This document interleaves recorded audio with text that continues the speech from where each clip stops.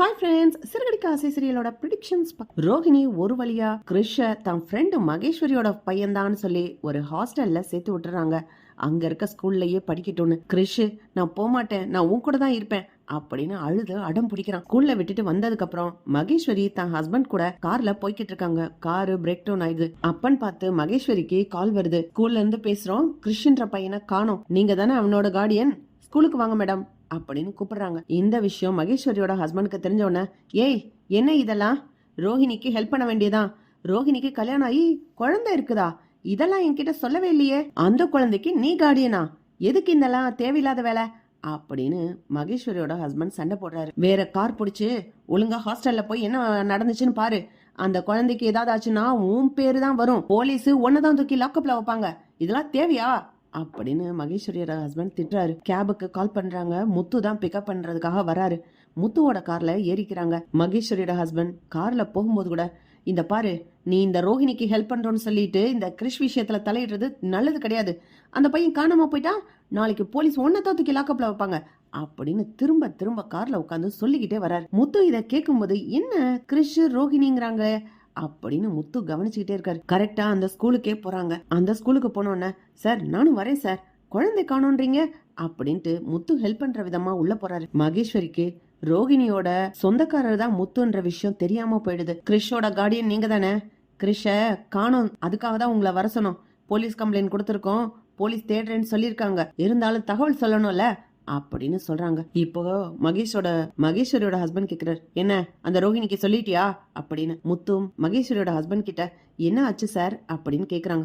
Parlour வச்சிருக்க ஒரு lady இவங்களுக்கு ஃப்ரெண்டு, அவங்களுக்கு ஏற்கனவே கல்யாணம் ஆகி ஒரு பையன் வேற இருக்கானோ, அந்த பையன் வீட்டுல இருந்தா மாட்டிக்கிறோன்னு சொல்லிட்டு அவங்க ஸ்கூல் மாத்திரன்னு சொல்லி ஒரு ஹாஸ்டல்ல வந்து சேர்த்து விட்டுருக்காங்க. அதுக்கு கார்டியன் சொல்லி தான் பேரை கொடுத்தா மாட்டிக்கிறோன்னு சொல்லி இந்த மகேஸ்வரின்ற அவங்களோட ஃப்ரெண்ட கார்டியனா போட்டிருக்காங்க.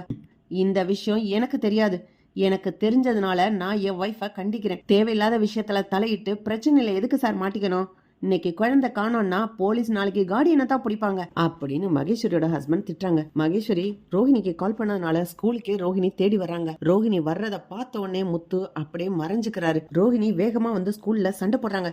என்ன உங்க ஸ்கூல்ல தான் சேர்த்தோம், நீங்க தான் குழந்தைய பத்திரமா பாத்துருக்கணும், எப்படி இப்படி தொலைச்சிட்டு அஜாக்கிரதையா பதில் சொல்றீங்க அப்படின்னு கோவப்படும்போது முத்து கிளாப் பண்ணிக்கிட்டே உள்ள இருந்து வர்றாரு.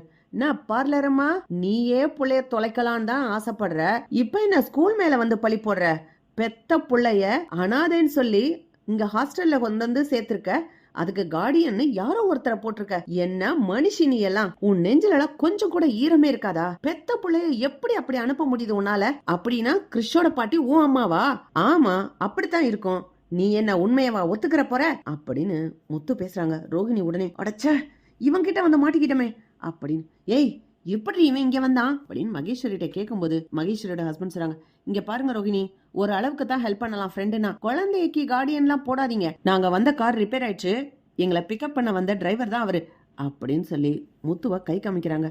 முத்து சொல்றாரு, இதுதான் பார்லரம்மா விதிங்கிறது, நீ எவ்வளவுதான் மறைக்கணும்னு நினைச்சாலும் இப்ப கரெக்டா நானே வந்து என் கண்ணு முன்னாடி நீ மாட்டிட்டல அப்படின்னு முத்து சொல்றாங்க. முத்துக்கு அண்ணாமலை கால் பண்ணி, டேய் சீக்கிரமா வீட்டுக்கு வாடா அப்படின்னு சொல்லி கூப்பிடுறாரு. இந்த வரேன்பா, நானே வீட்டுக்கு வரேன், இங்கே பெரிய பஞ்சாயத்து இருக்கு அப்படின்னு முத்து சொல்லிட்டு, வா பார்லரமா வா, கிருஷ்ணன் தேடுவோம், உன்னையும் தேடுவோம் வா அப்படின்னு சொல்லி கூட்டிக்கிட்டு போறாரு. இன்னும் என்னென்ன மறைச்சு வச்சிருக்கியோ நீங்க போங்க, எனக்கு வர தெரியும் அப்படின்னு ரோஹிணி சொல்லிடுறாங்க. பார்த்தா மீனா கிறிஷோட பாட்டிய கண்டுபிடிச்சு வீட்டுக்கே கூட்டிக்கிட்டு வந்திருக்காங்க. அண்ணாமலை கிறிஷோட பாட்டி கிட்ட என்ன விஷயம் அப்படின்னு கேட்கும்போது மீனா, மாமா நான் எல்லா விஷயத்தையும் விசாரிச்சுட்டேன், இவங்க பொண்ணு இங்கதான் இருக்காங்க, இவங்க பொண்ணு கூடயே பையன் இருக்கட்டும்னு சொல்லி இந்த அம்மா விட்டுட்டு போனாங்களாம், ஆனா அந்த பொண்ணு ஸ்கூலை மாத்திட்டு குழந்தைய கொண்டு போய் ஹாஸ்டல்ல சேர்த்துருச்சான் அப்படின்னு மீனா சொல்லிக்கிட்டு இருக்கும் போதே முத்து உள்ள வந்துடுறாரு. மீனா நிறுத்து, அதுக்கடுத்த கதையை நான் சொல்றேன், ஹாஸ்டல்ல சேர்த்த அந்த குழந்தையோட அம்மா அவங்க பேரை கார்டியனா போடல, அவங்க ஃப்ரெண்டு பேரு மகேஸ்வரியா, அவங்க பேரை கார்டியனா போட்டிருக்காங்க. ஏங்க உங்களுக்கு விஷயம் தெரியுமா, இரு நானும் அந்த விஷயத்த மிச்ச பாதியை தெரிஞ்சுக்கிட்டு தான் வந்திருக்கேன் அப்படின்னு முத்து சொல்றாங்க. மனோஜ், டேய் என்னடா ரெண்டு பேரும் கதை கட்டிக்கிட்டு இருக்கீங்க, எனக்கு ஒண்ணுமே புரியல. ஆமாடா, உனக்கு புரிஞ்சிருந்தாதான் நீ புத்திசாலித்தனமா பொழைச்சிருப்பியே, உன்னை முட்டாளாக்கி ஏமாத்தி உட்கார வச்சிருக்க அந்த பார்லரம்மா, பா கிறிஷோட அம்மாவே அந்த பார்லரம்மா தான்ப்பா அப்படின்னு முத்து சொல்றாரு. அண்ணாமலை விஜயாவும் அதிர்ந்து போயிடுறாங்க. மனோஜ், டேய் என்னடா உளர்ற, குடிச்சிருக்கியா? நீ குடிக்காம தானே இருக்க, என்னைக்காவது தெளிவா இருந்திருக்கியா? உன் பொண்டாட்டிய பத்தி ஏதாவது ஒரு விஷயம் தெரியுமா?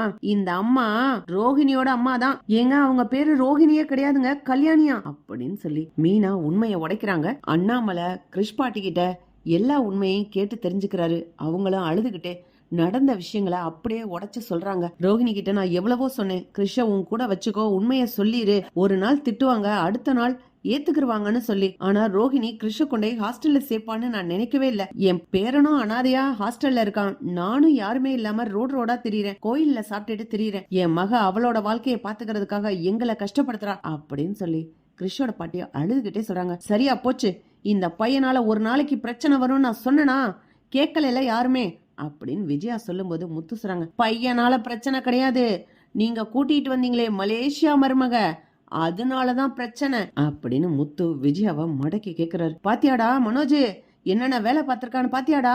பொய் சொல்றது, ஏமாத்துறது, இப்போ எவ்வளவு பெரிய பொய் சொல்லிருக்கா. ஏற்கனவே கல்யாணம் ஆகி பிள்ளை பெத்தவ உன்னை ஏமாத்து கல்யாணம் பண்ணிருக்காடா மனோஜ் அப்படின்னு விஜயா அதிர்ந்து போய் மனோஜ் கிட்ட பேசுறாங்க. மனோஜ் பேச வார்த்தை இல்லாம அப்படியே நிக்கிறான். இப்படிதான் போலாம் ஃப்ரெண்ட்ஸ். பக்கத்துல லைக் பண்ணுங்க, ஷேர் பண்ணுங்க, கமெண்ட் பண்ணுங்க. Thank you friends.